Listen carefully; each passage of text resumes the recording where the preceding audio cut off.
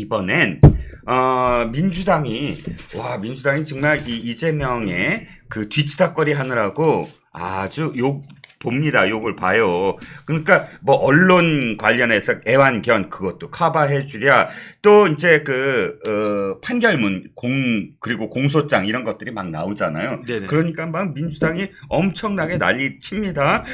이 얘기 계속 똑같은 얘기인데 또다시 난리를 쳐요. 네네. 김성태는 건달 출신의 주가 조작 전과자다. 김성태의 실체 그래갖고 아예 이렇게 보도로 만들어서 오늘 또 발표를 했네요. 네네. 그런데 저는 사실은 김성태가 뭐 조폭 출신이란 건 많이 알려져 있는 거고, 네. 그다음 뭐 당연히 이제 전과도 있는 거죠. 네. 하지만 이재명 대표는 전과 없습니까? 사범입니다. 이재명 대표는 전과 사범이고요. 네네. 지난번 경기도지사 그 선거 나왔을 때 네. 그때 이제 범죄 경력 조회 같은 것들 쭉 한단 말이에요. 네. 그런데 그때 뭐가 있었냐면은 검사 사칭죄가 있었다고요. 그렇죠. 그러니까 거기에 대해서 변명한다라고 했다가 또 범죄가 된 거예요. 그렇죠. 그게 허위사실 공표가 됐는데 네. 그 허위사실 공표가 재판이 딱 되니까 그 재판을 막으려고 네. 위증을 교사한 거잖아요. 그렇죠. 그게 지금 이제 또 그거 하는 거란 말이죠. 네. 그러니까 저는 이것도 마찬가지인데 조금 전에 제가 조국 대표 관련해 가지고 할 말이 따로 있고 하지 말아야 될 딸이 따로 있고 말을 할 수 있는 사람이 있고 조용히 있어야 될 사람이 따로 있고 그렇죠. 마찬가지로 이재명 대표도 마찬가지인데 네. 지금 김성태를 왜 공격합니까? 김성태가 저 어렸을 때 학교 다닐 때 학폭했다고 공격합니까? 아니잖아요. 네. 김성태의 말은 다 뭐다? 거짓말이다. 네. 왜 거짓말이냐? 김성태 건달이니까 조폭이니까 전과 있으니까 이런 거잖아요. 네. 그런데 사실은 거짓말로 인해 가지고 형사처벌을 무려 3번 이상씩이나 받거나 받게 될 사람은 누구냐? 이재명 대표예요. 그 거짓말 관련해 가지고 형사처벌 받는 경우가 네. 제가 알고 있는 한 크게 3가지밖에 없어요. 어떤 거죠? 첫 번째는 위증하는 거. 네. 그다음 두 번째는 선거 나가 가지고 거짓말하는 거. 그다음에 선거법. 세 번째는 그 공직자를 사칭하는 거. 그런데 이 3가지를 다 한 사람이 있어요. 누구요? 대한민국에 제가 봤을 때 유일해요. 누구냐면 네. 이재명 대표. 그렇군요. 왜냐하면 1번 공무원 자격 사칭했잖아요. 그렇죠. 공직자 사칭. 검사 자격 사칭했단 말이에요. 그렇죠. 형사처벌 받았어요. 예. 대법원까지 가가지고 유죄 판결이 나왔어요. 확정 판결 받았어요. 그 다음에 두 번째 네. 선거 나가고 거짓말했잖아요. 그렇죠. 그것도 2번이나 한 거예요. 예. 첫 번째 언제? 경기도지사 선거 나가가지고. 네. 그래서 그때 거짓말했잖아요. 거짓말 해가지고 들통이 났는데 그게 처음에는 무죄 유죄 그러다가 이제 무죄로 난 게 형님 관련해서 거짓말한 거고요. 그렇죠. 그 다음에 아예 위증까지 해가지고 거짓말을 덮은 게 그게 검사 자격 사칭한 사실이 없다라고 선거에 나가가지고 거짓말한 거를 김진성 통해 가지고 위증해가지고 그래가지고 이걸 무죄 받은 거 아니었겠습니까? 그렇죠. 그러면 경기도지사 선거에 나가가지고 거짓말해서 크게 한번 된통 당했으면 그 다음번 대선에서는 거짓말하면 안 되잖아요.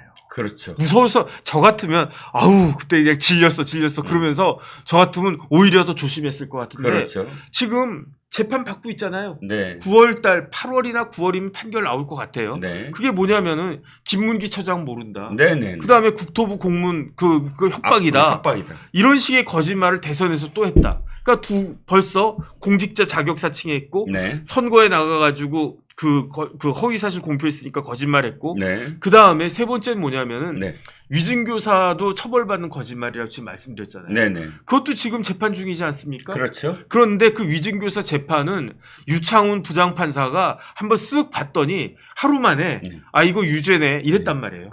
그렇죠. 소명이 있다. 소명이 됐다라고 봤으니까. 예. 그러니까 이렇게 입만 열면 순 거짓말만 했던 사람이 어떻게 김성태가 그냥 조폭 출신이라고 해가지고 김성태는 거짓말 할 것이야 라고 추정할 수 있겠습니까? 예. 저는 이것도 해서는 안 될 말이다라는 생각이 들어요. 네, 그렇습니다. 정변의 말씀을 듣고 보면 딱 떠오르는 게, 깨닫는 게 이겁니다. 그러니까 지금 김성태의 말을 탄핵하기 위해서 전과자의 말을 어떻게 믿습니까? 라는 거잖아요. 네네. 그러면 그러면 이재명도 전과자인데, 네네. 전과자의 말을 어떻게 믿습니까? 전과하고 되돌려 받는다라는 말이죠. 그런데 전과도 같은 전과가 아니란 말이에요. 질이 더 나빠요? 그렇죠. 왜냐하면 네. 김성태는 사람 때린 전과예요. 그렇죠. 그런데 지금 문제가 되고 있는 건 거짓말이잖아요. 네네. 이재명 대표는 거짓말 전과가 있는 거잖아요. 네. 그다음 거짓말 전과가 하나만 있는 게 아니라 네. 세 가지가 다 있거나 있게 될 거 아니겠습니까? 네네. 그런 사람이 지금 자기의 그 곤궁한 처지를 네. 그걸 갖다가 막으려고 한다고 이걸 갖다가 김성태를 공격한다고 해서 네. 그게 말이 되겠는가? 오늘 제가 조금 전에 그 방송하고 왔는데요. 네네. 뉴스탑10 하고 왔는데 거기에 그 꼭지 중에 하나가 뭐였냐면 네. 민주당에서 네네. 그 청문회 같은 걸 한대요.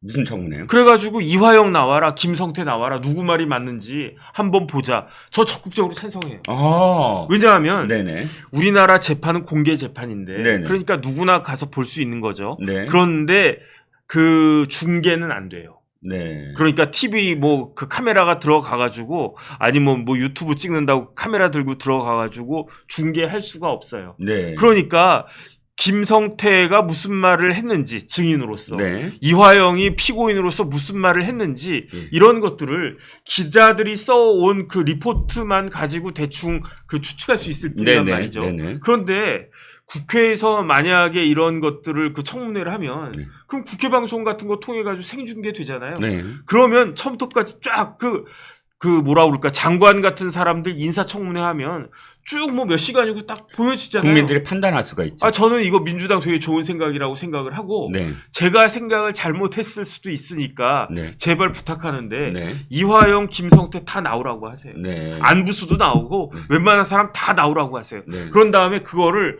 전 국민들한테 쫙 틀어주는 거야. 중계를 갖다가 하는 거야. 그럼 모든 사람들이 딱 보고 진짜로 야 김성태는 진짜로 전과자네. 그러니까 어떻게 저렇게 거짓말하냐? 이런 생각을 할 수도 있을 거고 네. 반면에 김성태가 아무리 전과가 있다고 하더라도 이 말은 진짜겠네. 네. 아니 전과인 사람이라고 맨날 입만 열면 맨날 거짓말하고 있습니까? 네. 맨날 거짓말하는 사람들도 어떨 때는 진실을 이야기할 때도 있단 말이죠. 네네. 뭐 이재명 대표라고 항상 이상한 말만 하겠습니까? 여태까지 항상 잘 그러던데요. 모르겠는데 어쨌든 네. 저는 그렇기 때문에 국회에서 이런 것들을 해가지고 쭉 그 생중계가 될 수 있게끔 하면 참 좋겠다. 저는 그런 생각이 듭니다. 심정적으로는 100% 동의합니다. 그런데 네네. 수사가 그러니까 재판이 계속되고 형이 완전히 대법까지 확정이 돼야 되는 어떤 사건을 중간에 입법부가 데려다가 청문회 해갖고 그거에 영향을 미치려고 하는 청문회가 과연 정당한 건가요? 그거는 법에는 원칙적으로 안 되도록 되어 있는데 그렇죠. 그렇다고 하더라도 한번 봤으면 좋겠어요. 그렇죠, 그렇죠. 아니 저는 네네. 법적으로도 가능한가 이걸 여쭤보는 거예요. 국회 증언 감정에 관한 법률인가 거기에 보면은 네네. 수사나 재판의 결과에 영향을 미치기 위해서 네. 이렇게 그 국정조사, 국정감사 이런 거 하면 안 된다라는 규정이 있기는 있어요. 그렇죠. 있기는 있는데 수사나 재판에 영향 안 미치면 되는 거지. 저는 그런 생각이 듭니다. 알겠습니다. 그런데 네네. 정변 내가 이 기사는 이해가 가지 않아서 여쭤보는 거예요. 네네. 민주당, 검찰, 김성태 또 봐주기 기소, 대북송금 둔갑하려 하나 이런 제목이에요. 네네. 제가 이해가 안 가는 게 이번에 추가 기소하는데 5억 원에 해당되는 돈에 뇌물을 받았다 뭐 이런 내용이에요. 네네. 이걸 왜 봐주기 수사라고 하죠? 이게 형이 확정되면 5억 원이더라도 굉장히 큰 형량이 커지는 거 아닌가요? 제가 봤을 때 김성태 회장에 대한 판결이 7월 12일 날 나오잖아요. 네네. 그 판결이 어떻게 나올지 좀 봐야 될 것 같고요. 네. 그 다음에 그 구형을 갖다가 했을 때 네네. 구형을 약간 살짝 했어요. 약간 아하. 살살했어요. 네. 왜 살살했느냐? 네. 김성태는 이렇게 외국환 거래법이나 이런 거, 그 다음에 그 증거뇌죄, 네네. 그러니까 뇌물 갖다가 주는 거나 네. 이런 것도 있지만 김성태 개인 비리가 있어요. 그 비리가 뭐냐면 네네. 배임 횡령 이런 거 있지 네네. 않습니까? 네네. 있죠. 그런 것까지 종합적으로 보면 김성태 회장도 사실은 상당히 중형이 선고될 가능성이 높아요. 네. 그렇기 때문에 지금 민주당에서 미리미리 이런 이야기를 갖다가 할 필요가 있는 게 아니고 네. 민주당에서 하는 이야기는 조금 잘 봐야 돼요. 그다음에 요걸 갖다가 네. 약간 비틀어 보면 정답이 나온 경우가 있는데 이렇게 봐야 되는구나. 이렇게 읽지 말고 이렇게 봐야 되는구나. 그러니까 저는 이게 어떻게 읽히냐면 네. 민주당이 검찰이 왜 김성태를 봐주기 기소를 갖다가 하느냐. 네. 이 이야기는 검찰아 제발 우리 이재명 대표나 이제 관련된 사람들 좀 봐줘라. 네. 봐주기 기소해줘라. 네. 이런 식으로 이야기를 갖다가 하는 거고요. 예. 저는 이번에 깜짝 놀란 게 이럴 줄은 알았어요. 어떤 거요? 뭘 알았냐면 네네. 이제 판결문 나오고 네. 그러면 우리가 알지 못했던 언론에서 드러나지 못했던 여러 가지 사실들이 네. 또 드러날 수 있을 것이다. 왜냐하면 가장 정확하고 많은 인포메이션 정보를 가지고 있는 데는 어디냐? 법원하고 검찰이거든요. 그렇죠. 그런데 수사 중에 재판 중에 검찰에서 이런 자료 같은 거 흘리면 그럼 난리 나지 않습니까? 그렇죠. 그런데 결국은 그런 것들이 종합적으로 이렇게 쌈박하게 정리가 된 문서가 그게 뭐냐면 네. 그게 판결문이에요. 네. 그런데 이제 이 판결문이 입수가 되잖아요. 네. 그럼 그 판결문을 딱 보면은 기존의 언론에 나오지 않았던 여러 가지 새로운 사실들이 확인될 수 있을 것이다라고 저는 생각을 갖다가 했는데 네. 제 예상과 딱 맞게 판결문 나오고 그다음에 공소장 같은 거 나오고 하면서 네. 여태까지 그 기존 그냥 뼈대만 있었던 그 내용들에 살이 막 붙는 거야. 아. 그러면서 그 내용이 굉장히 막 풍성해지는 거야. 그렇군요. 그래서 어제 네. 김성혜가 나 죽겠다. 나 큰일 났다. 200만 불. 200만 불이라도 먼저 현금이라도 먼저 달라. 예. 이런 이야기는 그냥 김성태가 좀 어려운 사실에 처해져 있었겠구나. 음. 좀 어려울 수 있겠구나. 그런 정도 추측만 할 수 있었을 뿐이지. 네. 그렇게 생생하게 리얼하게 이게 드러나지 않지 않았습니까? 그렇죠. 그런데 이렇게 내용들이 2018년, 2019년, 2020년 이 어간에 네. 경기도에서 있었던 일들이 예.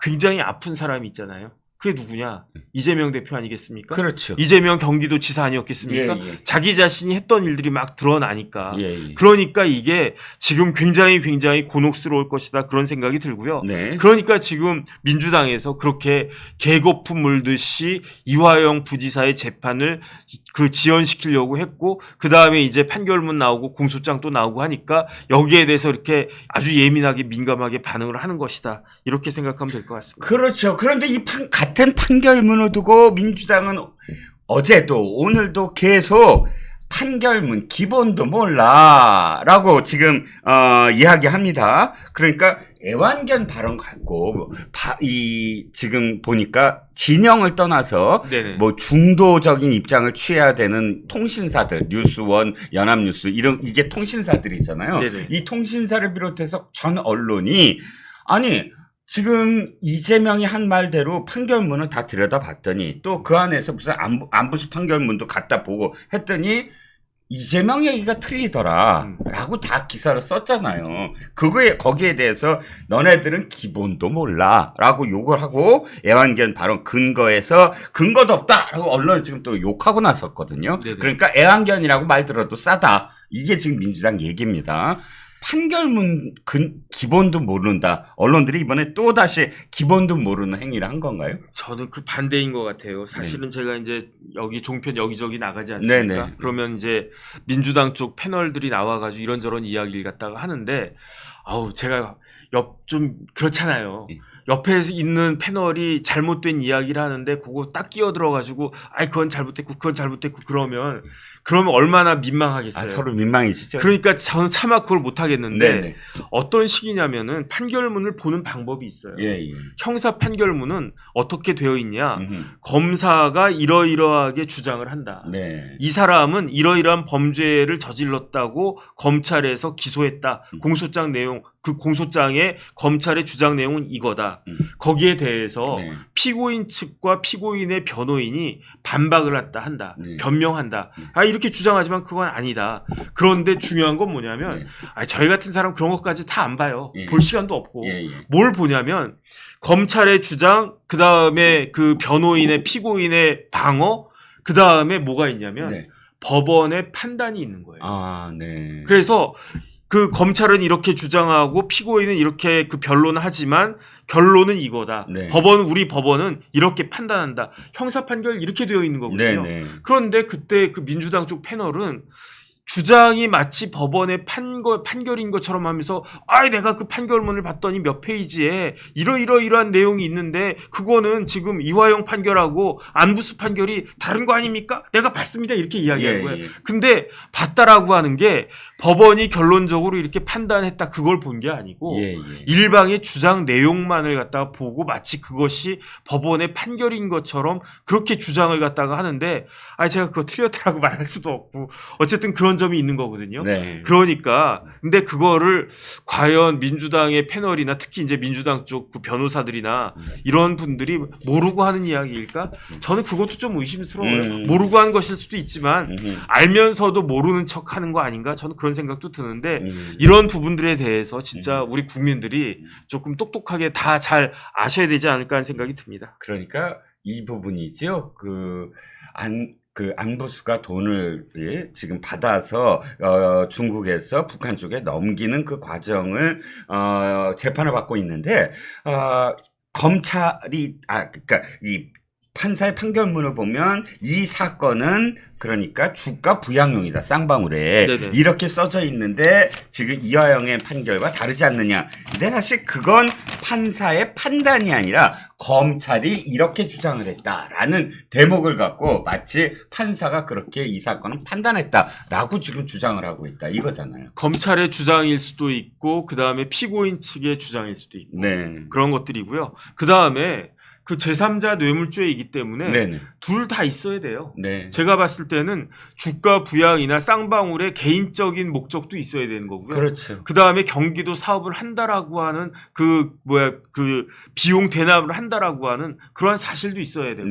그 두 가지가 양립이 되어야지 제3자 뇌물죄가 성립한다. 저는 그렇게 생각이 됩니다. 그러니까 제가 법을 잘 모르니까 마지막으로 이 챕터에서 한 번만 더 질문할게요. 네네. 제3자 뇌물이 성립이 되려면이라는 가정을 하셨는데 이거잖아요. 쌍방울이 나한텐 이득이 하나도 없어. 하지 뭐 주가 부양도 안 돼. 그리고 뭐 나누스 그것도 뭐 나중에 사업할지 안 할지 몰라.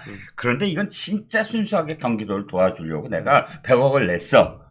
네네. 그러면 범죄가 제3자 뇌물이 성립이 안 되는 건가요? 왜냐하면 제3자 뇌물죄는 네. 부정한 청탁이 있어야 돼요. 그런데 만약에 실장님 말씀대로 하면 네. 부정한 청탁이 없는 거잖아요. 그냥 순수한 마음에 순수한 사는 마음. 거니까. 아니 나 김성태 돈 많아. 나 재산 1,000억 있어. 그 중에 100억 정도는 이재명을 위해서 그냥 쓸 수 있어. 뭐 그럴 수도 있는 거 아니겠습니까? 그렇다라고 하면 아무런 내가 바라는 게 없어. 그냥 순수하게 사랑할 뿐이야. 그렇기 때문에 사랑은 받는 것이 아니라면서. 그렇지. 맞아. 갑자기 감동적이야. 왜 갑자기 감동적이지? 그렇죠. 사랑은 주는 것이 아니라면서, 받는 것이 아니라면서. 네네. 그렇지. 주기만 한 거니까. 그렇죠. 그렇죠. 그러니까 이재명에 직접 안 줘도 돼. 이재명을 위해서라면 내가 딴 사람한테 이 100억을 줄 거야. 네네. 나는 진짜 순수한 마음이야. 사랑을 주는 거야. 네. 라고 했다면 제3자 뇌물이 안 되는데 이렇게 줌으로써 나 주가 튈 거야. 주가가 많이 부양이 될 거야. 라고 의도했다면 네. 그게 제3자 뇌물이다. 그렇죠. 그러니까 있어야만 제3자 뇌물이네. 만약에 그런 게 없었다라고 하면 네네. 이재명 대표 말대로 국가보안법 위반죄 될 거예요. 근데 그렇죠. 제3자 뇌물은 안 돼. 그렇군요. 저는 이 부분에 대해서도 네. 검찰에서 국가보안법 위반죄로도 추가 기소해야 되는 거 아닌가? 네. 이거는 이재명 대표도 그렇게 이야기했거든요. 네. 뭐라고 이야기했느냐? 뭐라고 얘기했죠? 이화영이 바보냐? 어허. 왜 바보냐고 이야기한 거냐면 왜요? 이런 건 국가보안법 위반죄로도 걸릴 수 있을 만큼 무시무시한 범죄인데 그런 걸 이화영이 했겠냐? 이렇게 이야기했단 말이에요. 네. 근데 했잖아요. 네. 그러니까 국가보안법 위반죄로도 처벌받아야 되는 거 아닌가? 저는 개인적으로 그런 생각이 듭니다. 네. 이화영 9년 6개월 받고 더블로. 받고 더블로. 자기 행위에 대해서는 책임져야죠. 지금 1심에서 9년 6개월 받고 지난번에 이재명이 기소되면서 이재명의 제3자 뇌물죄에 공범으로 기소되고 플러스 받고 더블로가 진짜 말들 거기에 또 더해가지고 뇌물죄로 본인 개인 뇌물죄로 추가 기소당했고 그 뇌물죄가 5억 3,700만 원이다라고 해서 이화영이 재산에 대해서 가압류를 해가지고 나중에 재판에서 유죄 나오면은 국고로 환수시킬 수 있게 5억 3,700만 원 추징 보전도 했다고 해요.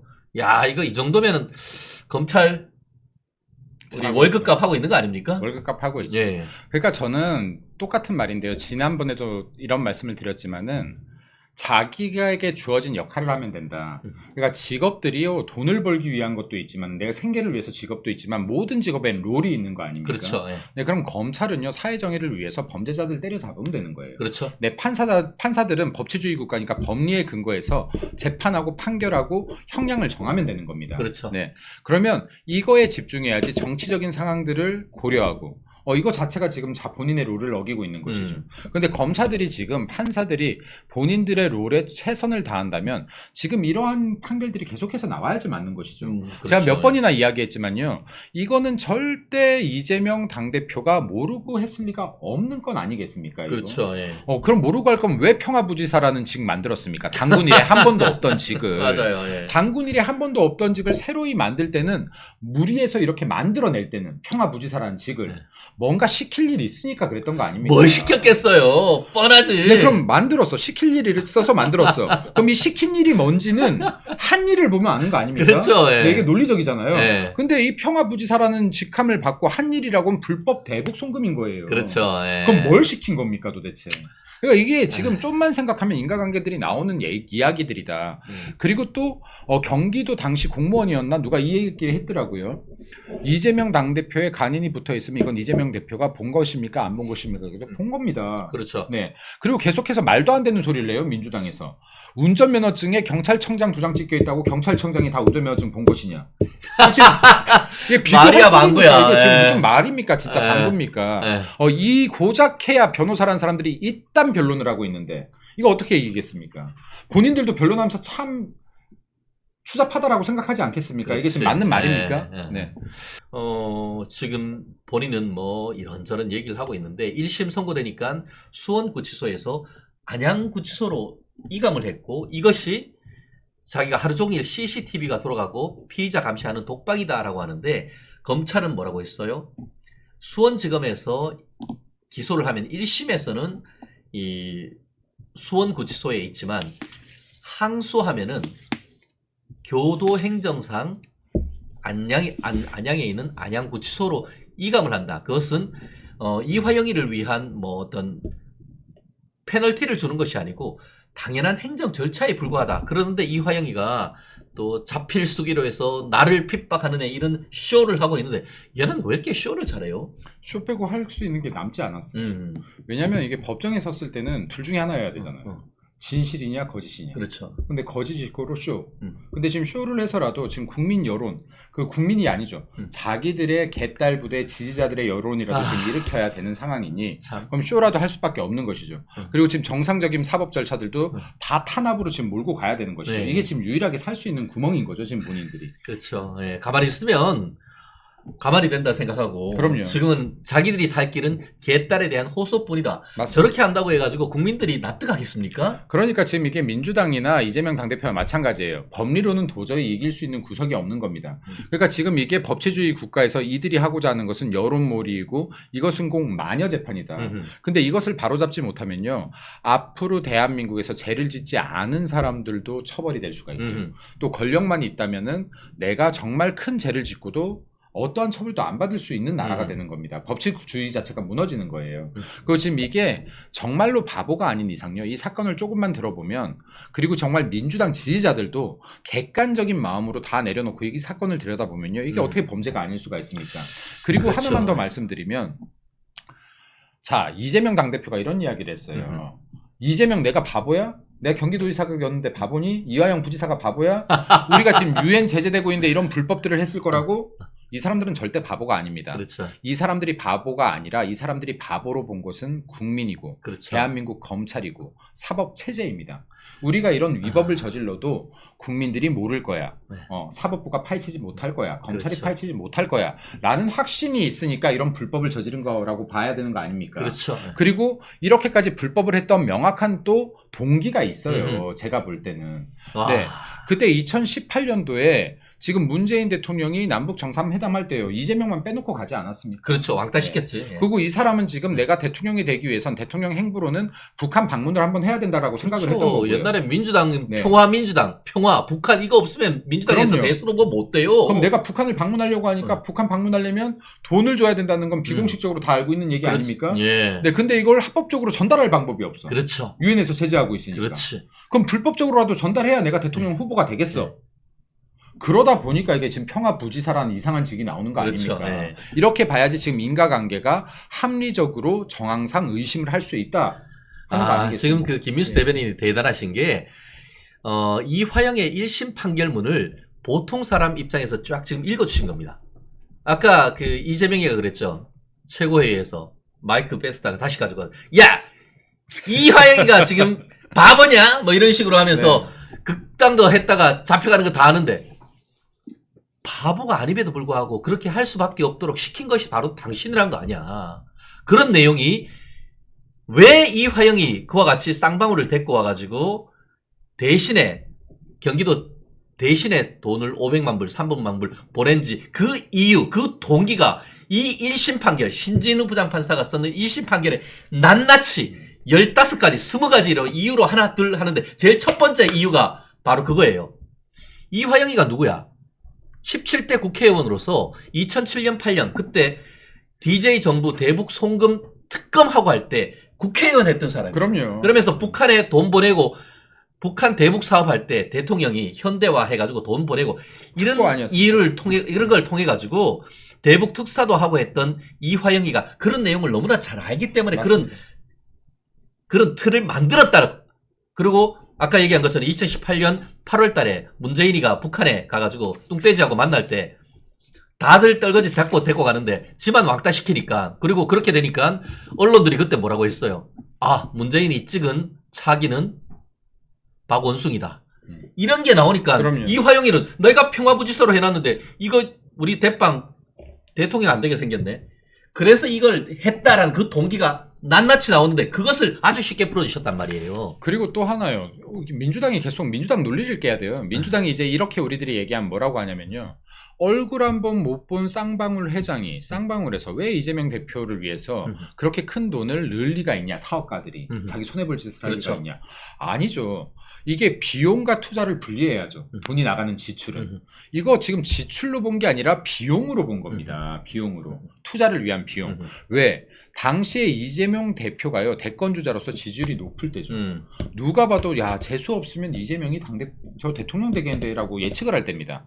네, 이때 지금 쌍방울 회장은 내가 대통령이 될지도 모르는 현직 경기도지사한테 그렇죠. 배팅을 건 거죠. 그렇지. 이렇게 봐야죠. 아직도 배팅하고 있잖아. 그럼요. 그리고 중요한 게요. 대북 사업이 중요한 게 아니에요, 사실. 네. 대북 사업 실패하면 어때요? 경기도지사고 대통령 되면. 국내 사업으로도 이거 본전 뽑을 자신 있었던 거 아니겠습니까? 이렇게 야. 봐야죠. 합리적인 의심이죠. 네. 이화영이 지금 60대 초중반이니까 지금 10년만 해도 70대 중반이고 지금 이재명이하고의 공범 나아가 지금 이번에 추가적으로 기소된 본인 개인의 그 경기부지사 때의 3억 내지 5억 정도 되는 추가적인 뇌물 이런 것들이 되면은 아마 못해도 90살까지는 깜빵에서 썩어야 될 수밖에 없는 그런 상황이 된 겁니다. 자기의 명을 재촉했는 것이죠. 뭐 이제 명이 다한 것이 이재명뿐만 아니고 이재명으로 인해서 이렇게 많은 사람들이 깜빵에 가고 썩어야 되는 겁니까? 참 저는 섭을 들고 불 속으로 뛰어드는 불나방 같은 사람들을 민주당 이재명 지근거리에 있는 사람들이라고 평가를 하는데요. 그렇습니다. 뭐 지금 제목이 이화영 9년 6개월 받고 더블로 다 본인의 업보입니다. 그리고 이 부분도 있을 것 같아요. 이화영 부지사가 진술 번복을 굉장히 많이 했죠. 마지막에 이제 뭐 검찰들의 회유가 있었다 이랬던 주장을 한 것은 이재명 당대표가 또 다시 총선 승리 이후에 대통령이 될 것 같으니까 그랬을 수 있다라고 우리가 추정했지 않습니까? 근데 지금 이제 보니까 야, 이재명 당대표 사법 리스크도 현실화되고 있습니다. 이때는 또 이화영 부지사가 2심 등에서 진술보복을 전 또 할 수 있다고 봅니다. 왜냐하면 이제는 야 이재명 대통령 못 되겠구나 하면 내가 주범에서 종범으로라도 바뀌어야 되지 않겠습니까? 맞습니다. 네네. 네. 그러면 이게 또 어떻게 될지 모른다. 이재명 그 당대표에 대한 재해 크기가 어떻게 될지도 모른다라는 생각이 듭니다. 그렇습니다. 결국 이화영 당신이 살 길은 유동규의 길이다. 유동규가 어떻게 보면 사망의 음침한 골짜기로 가다가 다시 개과천선하고 그 어둠의 길을 돌아서 빛의 길로 돌아왔습니다. 그렇게 하니까 사실 유동규 씨 최근에 유튜브로서 거의 연예인급 인기를 얻고 있고 그렇더라고요. 네, 그리고 네. 실제로 형에 있어서도 상당 부분 검찰의 문제가 아니고 법원이 그와 같은 부분을 고려해주고 있는 건 아니겠습니까? 그럼요. 사건의 실체적 진실을 네. 밝히고 그래서 형법은 자백을 했을 때에 반드시 형을 감경하거나 면제할 수 있도록 되어 있는 거예요. 이화영 씨 정말 이재명과 같은 악의 소굴에 있지 말고 정말 본인이 회개하고 돌아오십시오. 그것만이 당신이 가족품으로 돌아올 수 있는 길입니다. 그리고 가족들도 정말 이화영의 1심 선고 때 앉아서 손을 파르르 떨었다고 하는데 그렇게 떨 일이 아닙니다. 두렵고 거짓말을 하기 때문에 떨리는 건 아니겠습니까? 떳떳하다면 진실을 말하십시오. 그것만이 살 길이라고 저는 믿습니다. 김정숙 무고죄 처벌 KTX 특급 열차를 탄다. 이게 오늘의 마지막 키워드인데요. 네. 김정숙이 배현진 의원을 허위사실에 적시해야 한 명예훼손으로 고소를 했는데 도대체 뭐가 거짓말이란 거죠? 글쎄요, 여기 대통령이 타야지만 붙일 수 있는 비행기에 혼자 타고 휘장을 붙였다는 게 거짓인 것인지, 아니면 한 끼 식사에 6천만 원 예산 이상이 잡혔다라는 게 거짓인 것인지, 아니면 인도로부터 자발적인 초청이 있었다가 아니라 초청을 구걸했다라는 게 거짓인 건지, 뭐가 거짓인지 전혀 모르겠습니다. 네, 그리고 명예훼손으로 처음에 건다라고 했죠, 그죠? 근데 명예훼손이 뭐 사실 적시에 의한 명예훼손도 있고, 또 이게 사실이 아닌 거짓에 의한 명예훼손도 있는데 그렇죠. 제가 봤을 때 이건 사실에 대한 명예훼손도 안 되죠. 왜냐면 이건 정치인이잖아요. 그죠? 그럼 있는 일 당연히 사실 국민 알 권리에 맞추어서 이거는 이야기를 해야 되는 것이죠. 그리고 또 마찬가지인데 이게 그 당시에 어디죠? 문화관광부하고 지금 여기 대한항공에서 보내준 자료를 그대로 바탕으로 지금 배현진 의원이 이야기한 거예요. 한 끼에 4끼에 6천만 원 이상이 들었다라고 하는 것은 아이고야. 자, 근데 제가 이것도 계속 저번에도 한번 말씀드렸습니다. 민주당에서 이렇게 나온다라고 해서 민주당 한 의원이 이렇게 얘기했죠. 4끼에 6천만 원 아니야. 그 중에서 이만큼이 간접비고 실제 식사비는 2천 몇백 분이 안 돼. 2천 몇백 분이. 그렇죠. 빤이야. 근데 자, 어떻게 간접비가 직접적인 재료비보다 많이 나올 수가 있겠습니까? 이거 자체가 이상한 거죠. 그래서 제가 계속 이야기하는 겁니다. 민주당이 이 자료 제시했다라고 해서 움찔하지 말고 더 파고 들어가라. 더 파고 들어가야 되는 것이 예를 들어서 비즈니스 견적에서는 내가 표기하기 애매한 것들을 다른 곳에 묻히는 경우들이 있다. 그건 간접비가 직접 생산비, 그러니까 여기에 재료비보다도 더 많다라는 것이 상식적으로 이해가 될 수 있느냐. 그리고 누가 간접비, 직접비를 분류해서 간접비는 빼고 이게 원가입니다라고 하는 데가 어디 있습니까? 그럼 뭐 변호사님하고 저랑 밑에 내려가서 된장찌개 10,000원짜리 2개 먹으면서 야 오늘은 된장 원가 1,000원짜리 먹었으니까 우리 둘의 밥값 2,000원 나왔다라고 합니까? 2,000원만 계산하고 나오면 됩니까? 2만 원 계산하고 나와야 되는 거 아닙니까? 그러니까 이런 것들을요 민주당에서 계속 국민들한테 눈속임용 발언들을 하지 마라. 4끼에 6천만 원 이상이 밥값으로 측정됐으면 밥값인 겁니다. 그렇죠. 맞아요. 기내식비인 네. 거예요. 네. 네. 그럼 이 기내식비의 세부적인 내용들 무엇인지 진짜로 이거에 맞게 들어갔는지 이거 확인 정확하게 파고 들어가면 될 것이다. 그리고 지금 민주당에서요. 딴 것들보다 이 식비 이야기가 나오니까 학을 띄고 반응을 하는 거 아닙니까? 그렇죠. 예. 자, 학을 띄고 반응하는 거에는 뜨끔했다는 소리 아니겠습니까? 그럼요. 그래서 전 이거 끝까지 파고들라는 겁니다. 그렇기 때문에 네. 이제 맨날 서민을 위하네 뭐네 하는데 국민을 가재, 깨구리, 붕어, 개돼지로 알고 모든 국민은 평등하지만 돼지인 우리는 특별하다는 거 아닙니까? 그러니까요. 이게 원래 지금 그 문체부 장관이 가면 됐던 거죠. 예. 이거 그랬으면 예산이요. 잡혀있던 예산이 2천만 원대예요. 그렇죠. 2,500인가 600분이 안 돼요. 밥값도 안 돼. 밥값의 3분의 1분이 안 되는 거예요. 맞지 않습니까? 맞아요. 밥값의 네. 반도 안 되는 거예요. 그러면 지금 이 사람 가기로 돼 있어서 인도에서 방문 환영하는데도 지금 장관 이름 써 있었던 거 아닙니까? 영부인 이름 아니라. 그러면은 지금 왜 밥값도 안 되는 비용으로 충분히 갔다 올 수 있는 것을 국민 혈세 이렇게 낭비하면서 4억이나 예산을 잡아서 20배 가까이 예산을 뻥튀기해서 이런 짓거리들을 하고 있냐는 겁니다. 당연히 조사 들어가야죠. 그렇습니다.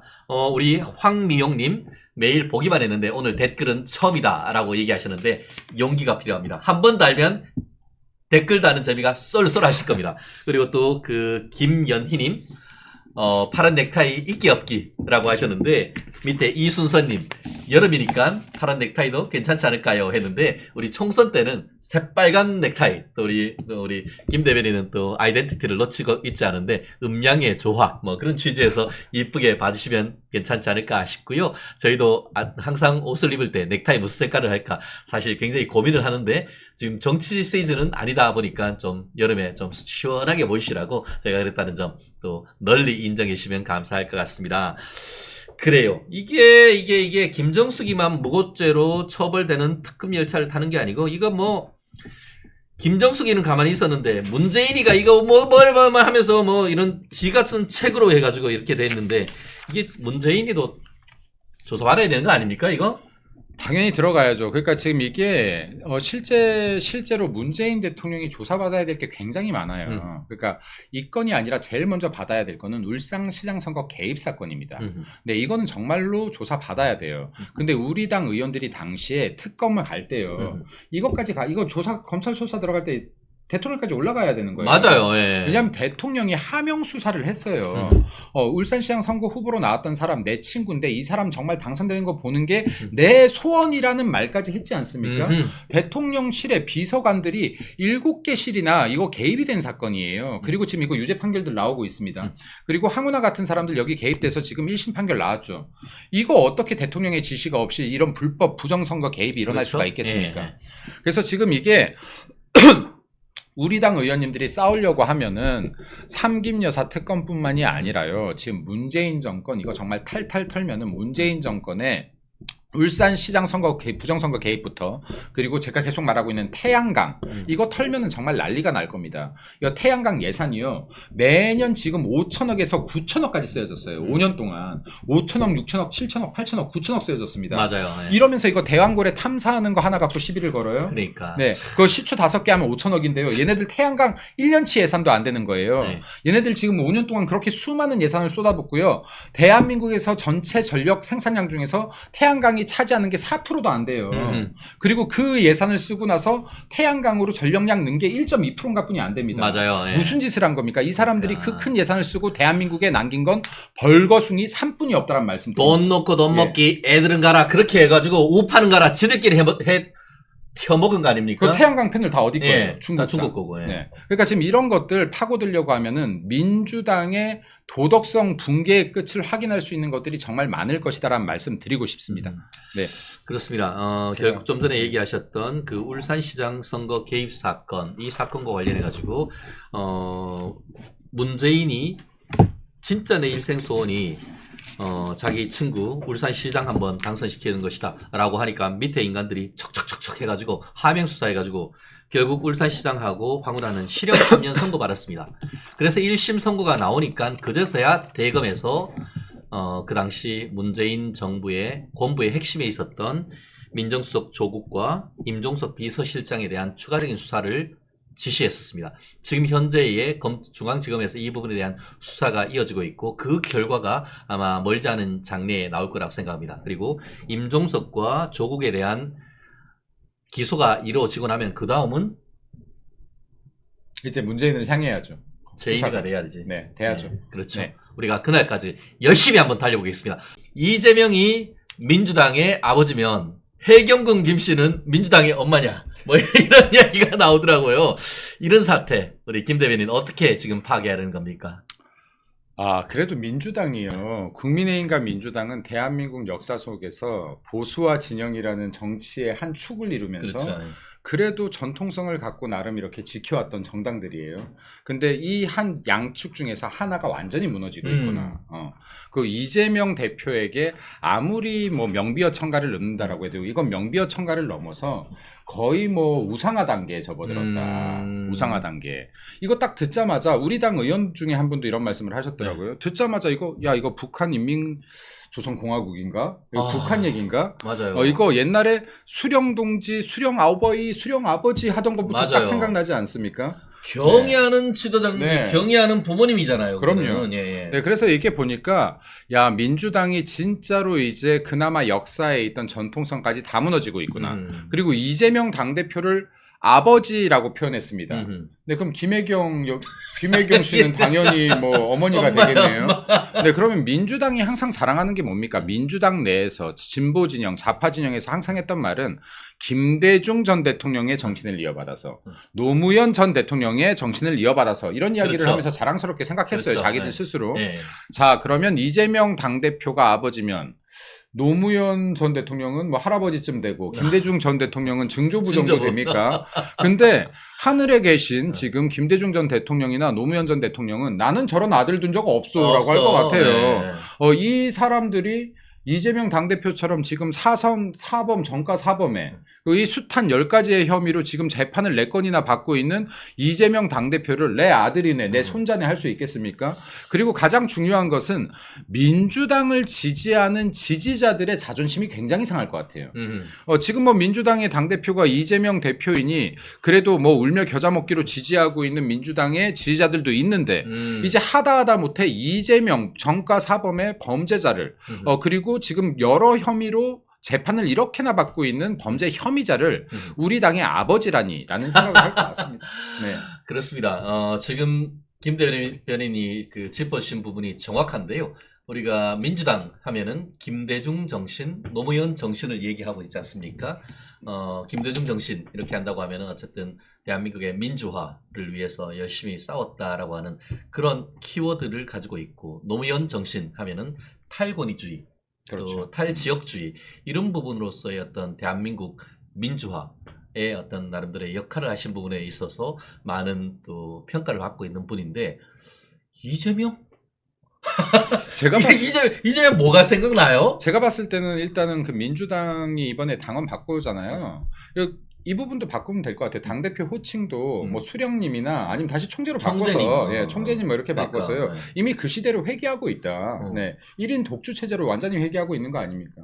실제로 저도 그래서 이번 22대 국회에 들어와서 민주당의 당헌 당규 1호 개정안을 저는 이재명 총재 옹위법 이렇게 평가를 하거든요. 그렇게 표현을 해요, 저도. 예. 네, 그게 맞고요. 그리고 지금 이게 단지 호칭만 아버지가 아니에요.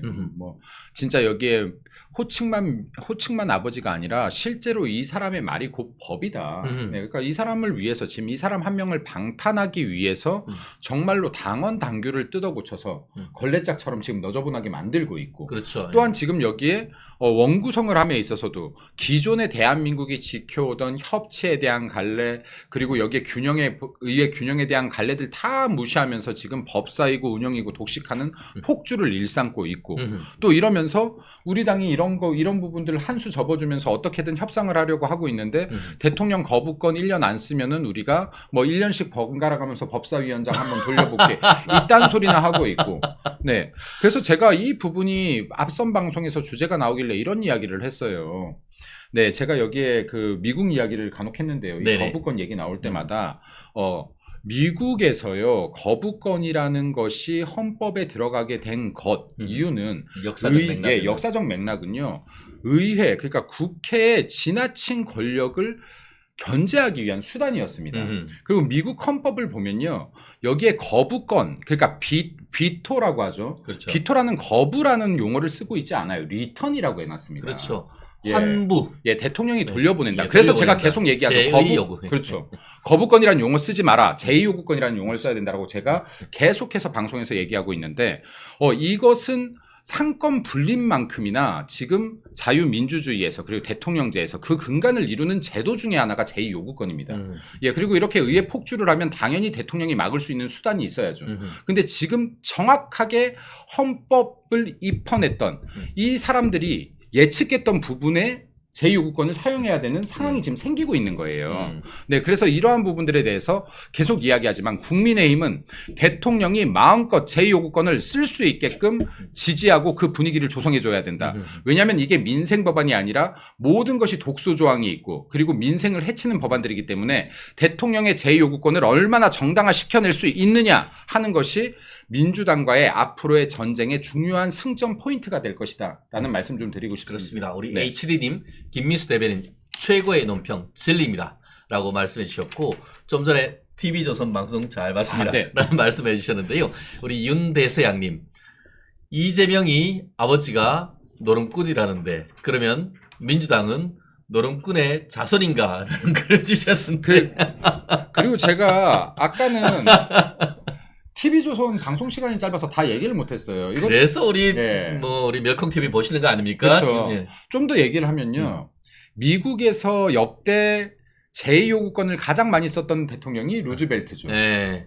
루즈벨트 대통령은 지금도 미국의 시민들로부터 엄청난 존경을 받는 사람입니다. 네네. 635번의 제2요구권을 썼음에도 불구하고요. 어마어마하네. 예. 근데 루즈벨트 대통령이 처음으로 제2요구권을 발동했던 사건이 뭔지 아십니까? 혹시? 어떤 거죠? 이게요. 군인들에게 보너스를 주라고 하는 군인 보너스 법안을 거부한 게 최초의 제2요구권이었습니다. 대단하십니다. 네. 진짜 그 자기 지지 생각한다고 하면은 오케이 할 수도 있었을 텐데. 지금 우리나라 같으면요. 네. 이런 법안에 대해서 제2요구권 못해요. 못해요. 근데 예. 군인들한테 보너스 주자라는 법안을 제2요구권을 발동했던 게 루즈벨트의 첫 제2요구권 발동이다. 근데 대단합니다. 발동 이유가 이거였어요.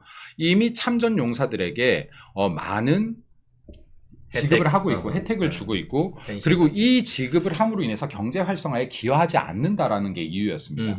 자, 대통령이요. 국가 운영상의 부담이 되고 그리고 국가에 이롭지 않다라고 판단될 때 이 법안이 언제든지 제2요구권을 발동할 수 있다. 루즈벨트는 거꾸로 봤을 때요. 이러한 법안들을 635번이나 막아냈기 때문에 어쩌면은 미국에서 가장 존경받는 대통령 중에 한 명으로 기록되어 있을 수도 있는 겁니다.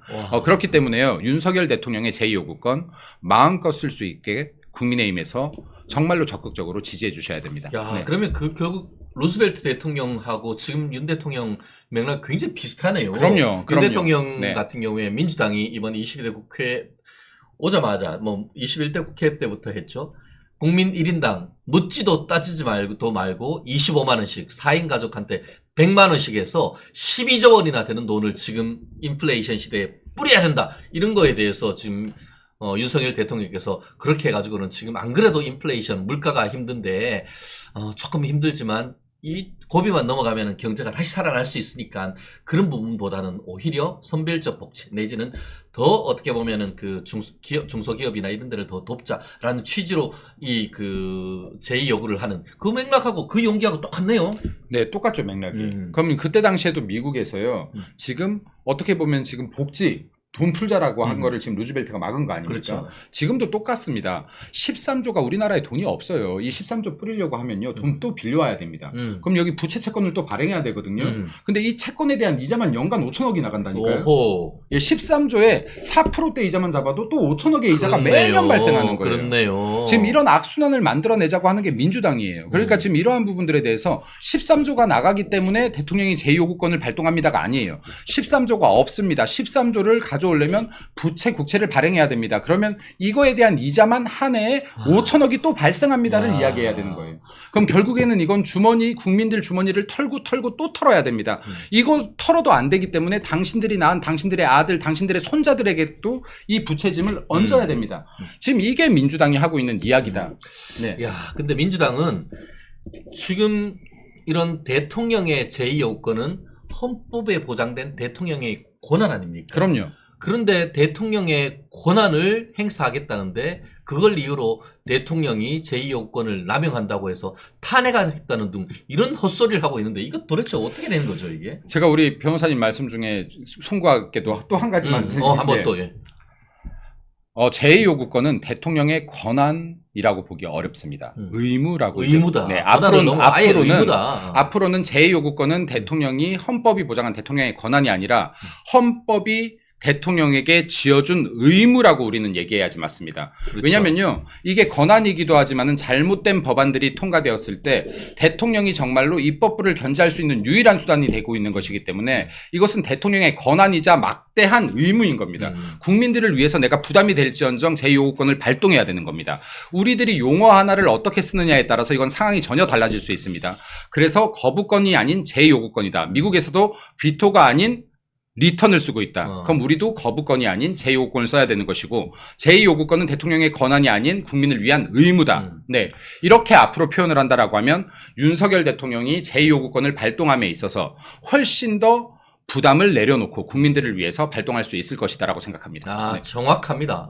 이거는 사실 저는 법조인이고 법조인을 되기 위해서 헌법을 공부할 때 헌법 수호자가 누구인가, 대한민국을 외세로부터 보호하고 국민의 생명과 신체와 재산을 지키는 그 사람이 누구인가라는 헌법 수호자 논쟁이 있었는데 독일에서도 있었고 미국에도 있었습니다. 결론적으로 대통령제 하에서 대한민국 헌법의 수호자는 대통령이다라는 것이 그럼요. 통설입니다. 네. 결국 내부의 적으로부터의 헌법을 수호하고 또 대한민국 자유적 민주적 기본 질서를 수호하기 위해서 조금의 어떻게 보면은 주저함이 없이 정말 대한민국 내부에 어떻게 보면 대한민국을 갉아먹으려고 하는 이런 세력으로부터 대한민국을 수호하기 위한 의무의 하나로서 제2역을 하는 이런 부분에 있어서는 정말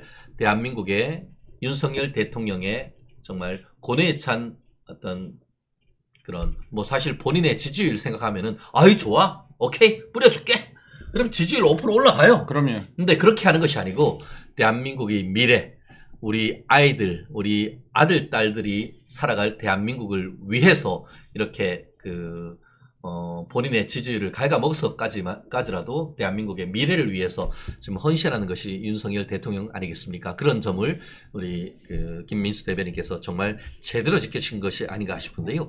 아까 얘기하신 것처럼 이재명이 어떻게 보면 이 리짜이밍 교회 교주로 지금 등극한 거 아닙니까? 이게 뭐 다른 사람도 아니고 강민구? 이게 지명직 최고위원으로서 민주당 대구 경북 도당위원장으로 있던 사람을 이 지명직 최고위원으로서 지명해 주니까 너무 가무파요. 나의 아버지를 넘어서 민주당의 아버지가 이재명이 돼버린 것 같은데 거의 뭐 종교적 수준 뭐 하일 히틀러 할렐루야 이런 느낌이에요 이거. 그런 느낌이고요. 이를 또 비토한 사람들이 있죠. 네. 그럼 이제 뭐 지금 이제 이재명 당대표의 행보들을 좀 비토하고 있는 사람들이 있어요. 예를 들어 뭐 김영진 의원이라는 원조 친명이죠. 7인의 그 멤버이기도 하고요. 근데 이재명 대표가 언론들에 대해서 애완견이라고 한 거에 대해서 가요불급이다 지나쳤다라는 표현을 썼어요. 네, 그럼 지금 김영진 의원 그러니까 원조 친명이라고 불리는 이 사람은 왜 이재명 당대표의 발언을 가요불급이라고 하면서 비판을 했을 것이냐. 그럼 이 김영진 의원을 좀 보면요. 민주당의 조세영 상임고문 네, 전 의원이죠. 그리고 김진표 전 국회의장 이런 사람들의 보좌관부터 정치를 시작했던 사람이에요. 이 말은 민주당에서 아주 오래된 민주당이 어떻게 보면 정통판 거예요.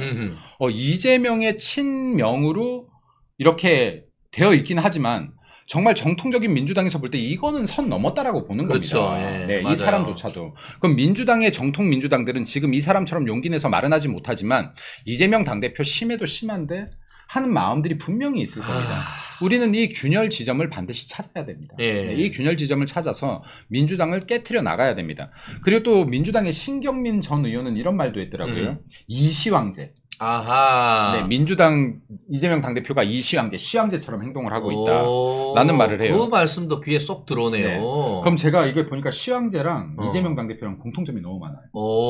예를 들자면 네, 공통점이 네. 너무 많은데 예를 들자면 시황제가 불로초를 찾아 평생을 떠돌았던 사람 아닙니까? 죽기 그렇죠. 싫어서. 제주도까지 왔대. 동남 그렇죠. 동료 데리고. 예. 죽기 싫어서. 이재명 당대표가 제가 볼 때는 지금 사법 리스크로 내 정치 생명이 얼마 안 남은 걸 알아요. 어허. 네. 지금 정치 생명이 다하는 거, 이거 막기 위해서 불로초를 찾는 사람 같아요. 네. 그래서 검찰 탄압도 외치고 있고요. 뭐, 검찰 탄핵도 외치고 있고요. 이젠 하다못해 사법부 통제까지 하려고 하고 하다 보니까 이제 기자들까지도 비판하면서 강아지에 비교하고 있고요. 그렇죠. 네. 그래서 정말 불로초를 찾아 헤맨 사람 같다. 또 시황제가 아방궁이나 수름 같은 대규모의 무리한 토목 공사를 진행하면서 그렇지. 민생을 막 힘들게 했던 사람 아닙니까? 맞아요. 근데 이재명 당대표가 자기의 방탄의 성벽을 쌓는 무리한 공사를 하고 있죠. 인적 장벽, 네. 인해 장벽을 네. 치고 있죠. 예. 그래서 이게 곧 이 피해는 민생으로 돌아갈 것이다. 하는 말도 드리고 싶습니다. 그리고 지금 민주당에서 이제 1명, 2명씩 옳은말 하는 사람들이 생겼어요. 근데 시황제가 어떻게 했습니까? 예. 분서갱유라는 사건으로요. 옳은말하는 유학자들 다 땅에 묻어서 생비당시켜버렸어요. 그렇죠. 예. 제가 볼 때는 이게 이미 일어났죠. 지난 총선 여기에 공천 과정에서 자기한테 싫은 소리 했던 사람들 다 땅에 묻어버린 거 아닙니까? 근데 앞으로도 이게 무서워서 당장은 이재명 당대표에게 옳은 소리를 하는 민주당 사람들이 나타나지 않을지 모릅니다만은 앞으로 이 사법 리스크가 현실화되기 시작하면 이게 급속도로 늘어날 가능성이 있다. 이 부분, 이 틈새를 정말로 국민의힘이 잘 공략해야 된다는 말씀도 드리고 싶습니다. 그렇습니다. 근데 보통 우리가 신흥종교 잘 나갈 때는 팍 하고 가는데 꼭 그 말로가 좀 비참해요. 그럼요. 네. 이 리짜이밍 교회 말로 사법 리스크 이게 어떻게 될 것 같습니까? 제가 볼 때는요, 이게 민주당의 왜 수많은 의원들이 비록 이재명 당대표가 막강한 권력을 갖고 있고 공천을 줬다라고 하더라도 이렇게까지 말도 안 되는 사법 리스크들에 둘러싸여 있고 이렇게 말도 안 되는 짓거리들을 벌이고 있는데도 이렇게 다들 이렇게 방탄을 하느냐. 그러면 지금 이제 이 부분에 대해서 이런 이야기를 하더라고요. 민주당 의원들이 지금 충성 경쟁을 하고 있다. 전 여기에 하나 플러스 원을 해야 된다고 봅니다. 생존 전쟁을 하고 있다. 네. 그러면 이재명 당대표가 지금 막강한 권한을 갖고 있으니까 당연히 충성 경쟁도 하고 있겠죠. 그렇죠. 예. 근데 제가 생존 전쟁도 하고 있다는 건 무슨 말씀이냐면 이재명 당대표의 수많은 사법 리스크 중에서요. 가장 빨리 결과가 날 것으로 예측되는 게 두 가지가 있죠. 네. 하나는 공직선거법. 네, 맞다. 근데 공직선거법 같은 경우는요, 이게 판결이 나면요, 이재명 당대표에게만 죄가 지어지는 게 아니에요. 민주당이 국고 받았던 420억 토해내야 됩니다. 맞아. 예. 이 420억을 토해내게 되는 순간 민주당 당사 팔아야 돼요. 맞아요. 예, 그게 딱 그러면- 한 4,500억. 네, 그럼 비자발적 천막 당사를 쳐야 됩니다. 비자발적 천막 당사를 쳐야 돼요. 이 순간에 민주당 끝난다라고 봐야 되는 그렇죠. 겁니다. 예. 그래서 지금 사실은 이재명이라는 폭탄을 민주당이 같이 떠받치고 있는 형국인데 이 판결이 정말로 빨리 나야지만 이재명과 같은 범죄 정가 사범 그리고 범죄 혐의자가 대한민국의 대통령의 디귿자도 안 나올 수 있게끔 할 수 있다. 이런 자가 대통령의 후보로 나오는 것조차도 대한민국의 격을 떨어뜨리는 행위이다라고 저는 개인적으로 생각합니다. 네. 그리고 이거 헌법에 대해서도 많이 얘기하죠. 이렇게 범죄 혐의가 많고 재판이 많은데 지금 대통령이 됐었을 때 이게 진짜로 이 소추가 되냐 안 되냐 맞아요. 한 얘기가 하는데요. 오죽하면 헌법학자들이 이런 부분까지는 예측을 못하고 만들었겠습니까? 그러게요. 대한민국에 이렇게 범죄 혐의자가 재판을 이렇게 수도 없이 받는 자가 대통령 후보가 될 수도 있을 거라는 생각을 누가 했겠습니까? 그러니까 이 법에 대한 디테일이 없는 겁니다, 지금. 야, 네. 우리 댓글에 재밌는 게 있어요. 비자발적 천막 당사. 네. 천막 당사 화이팅 경사났네 뭐 이런 얘기가 있고요. 안 그래도 더운데 천막 당사에 한번 해봐래 뭐 이런 말씀도 계시는데요. 어쨌든 본인들이 행위에 대해서는 책임을 져야 된다라는 그런 얘기 아니겠습니까? 어제 뭐 우리 홍준표 대구시장님에 대해서는 호불호가 상당히 뭐 갈리긴 합니다만 그래도 국민의힘의 또 어른으로서 또 재미있는 말씀 하셨더라고요. 여포한테 처단될 동탁 같은 신세다라고 하면서 리짜이밍 1극 수령체제 우리는 나쁘지 않아요 라고 했는데 이런 얘기 또 들으시고 어떤 생각 가지셨어요? 홍준표 대표님 그 진짜로 코카콜라 같은 발언을 하셨다. 홍카콜라. 네, 홍카콜라 같은 발언을 하셨다.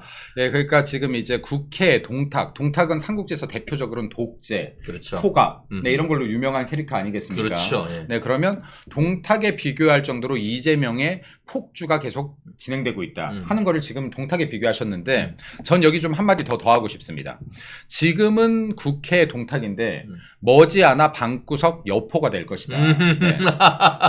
왜냐하면 지금은 이재명 당대표가 막강한 권한을 아직까지 가지고 있기 때문에 민주당에서 다들 이렇게 받들고 있어요. 네. 그러다 보니까 막강한 동탁처럼 지금 행포를 부리고 있는데 앞으로 아까 제가 말씀드렸던 틈새 균열이 일어나기 시작하고 이재명 당대표의 사법 리스크가 현실화되어 가면 갈수록 이재명 당대표의 목소리는 작아질 것이고 겁에 질린 개가 짖는다라고 하지 않습니까? 그렇죠. 이재명 대표가 이미 짖기 시작했죠.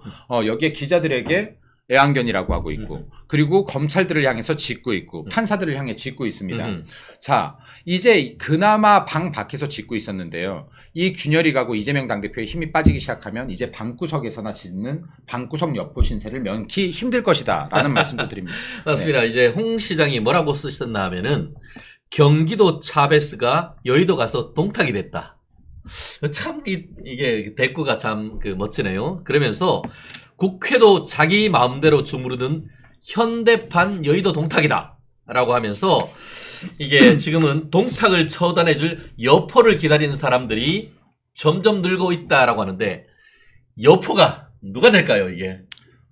여포라고 하면 안 되고 여포는 그래도 맹장이니까 방구석 여포. 방구석 여포. 집에서만 큰 소리 치고 가족들한테 행포 부리고 네. 이러면 방구석 여포가 될 거라. 그러니까 결국 지금 이 동탁을 국민이 심판할 것이라고 저는 믿어 의심치 않고 국민은 정치적으로 이재명을 심판할 것이고 사법부는 법적으로 심판할 것인데 그 사법부가 서울중앙지방법원이 될 것인지 아니면은 수원지방법원이 될 것인지 정말 중앙지방법원 정신 똑바로 차려야 되는 거 아닙니까 이거? 미뤄져질 거 아니잖아요 이거. 그러니까 지금 이게 사실은 너무나 많은 말을 했죠. 여기 그 김명수 대법원장 체제에서 지연된 정의는 정의가 아니다라고 했어요.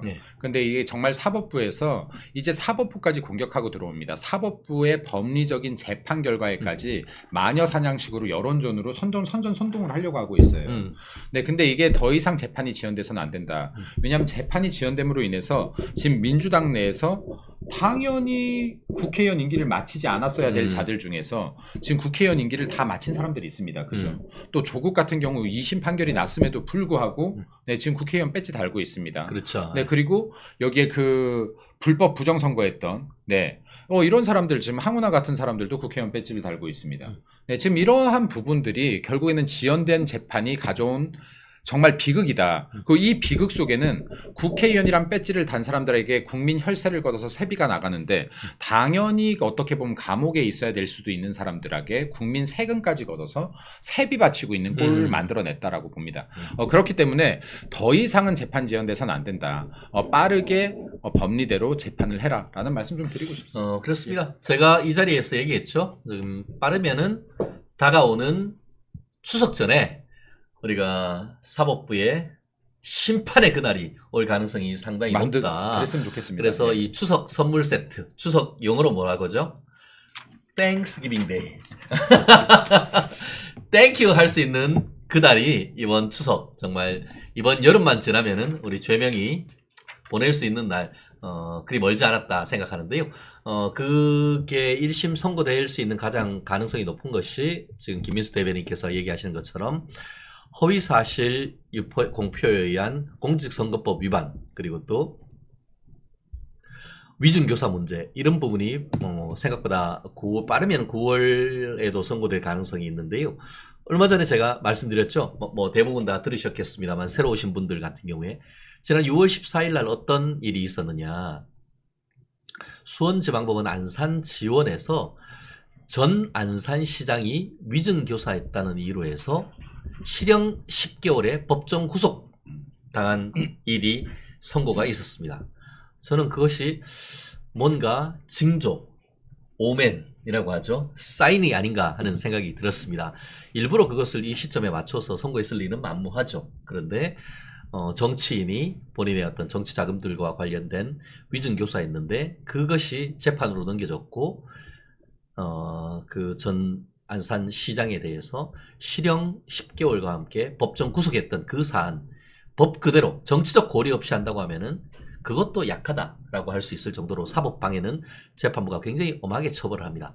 이재명 아마 이렇게 뭐 서로 칭송하고 방탄을 치고 하는 것은 매일매일 가슴이 쫀득쫀득해서 그런 건 아니겠습니까? 위증교사 저는 100%라고 봅니다. 개인적으로. 예, 100%라고 보는데요. 지금 위증교사가 아니라고 계속 민주당이 주장하고 있지 않습니까? 근데 위증교사가 어떻게 아닐 수 있는지 저희 좀 묻고 싶어요. 왜냐면 위증이라고 하는 게 거짓말을 해야지 위증이 아니잖아요. 위증은 기억을 조작하면 위증 아닙니까? 네. 그렇죠. 내가 예. 지금 내 기억을 조작해서 가짜로 말하면 위증인 겁니다. 이게 사실인지 아닌지가 중요한 게 아니라 기억 조작 여부 아닙니까? 그렇죠. 네, 기억에 네. 반해서. 예, 네, 하는 기억에 거죠. 반하면 이게 위증인 겁니다. 그렇죠. 근데 지금 여기에 그 증언을 했던 사람, 지금 이 사람이 나 기억이 잘 안 나요. 너무 오래돼서 하고 있는데 기억을 되새겨주고 있지 않습니까? 지금 그렇죠. 계속해서. 기억 안 난다는데. 이랬잖아, 기억 안- 저랬잖아. 예, 내가 이거 서류 하나 보내줄게. 이거 좀 봐봐. 예. 지금 기억을 조작시키고 있는 겁니다. 누가 이재명이, 어떤 이재명이 법을 잘 알고 있는 그 이재명이. 변호사야. 법 변호사 이재명이. 자, 그래서요. 원래 증인을 신청할 때 검사든 변호사든 예. 있는 사실대로 기억나는 대로 말해주세요라고 하는 겁니다. 그렇죠. 예. 이렇게 말해주세요라고 하지 않아요. 맞아요. 이렇게 말해주면 되지라고 얘기하지도 않아요. 이 사건을 되새겨주지도 않습니다. 네, 맞아요. 이거 자체가 위증으로서의 가능성이 있기 때문에 그러는 거 아닙니까? 네.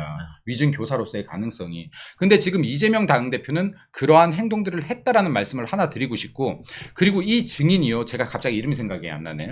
이 증인이 제가 어떤 사람인지 좀 말씀드릴게요. 김진성. 네, 김진성 씨가요. 전 성남시장의 비서를 했던 사람 아닙니까? 근데 이 사람이 지금 백현동 개발 비리 있죠.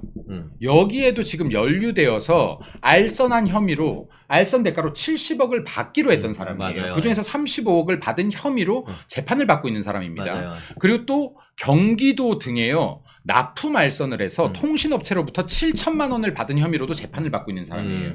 그럼 이 사람은 이전에 성남시장의 비서였다는 것을 이용해서 성남시나 경기도 등에서 알선을 계속하고 있었던 사람으로 맞아요. 추정이 되는 겁니다. 예. 그럼 이 사람이 이 알선을 통해서 지금 먹고 살아왔고 돈을 만들어 왔다라고 추정할 수 있겠죠.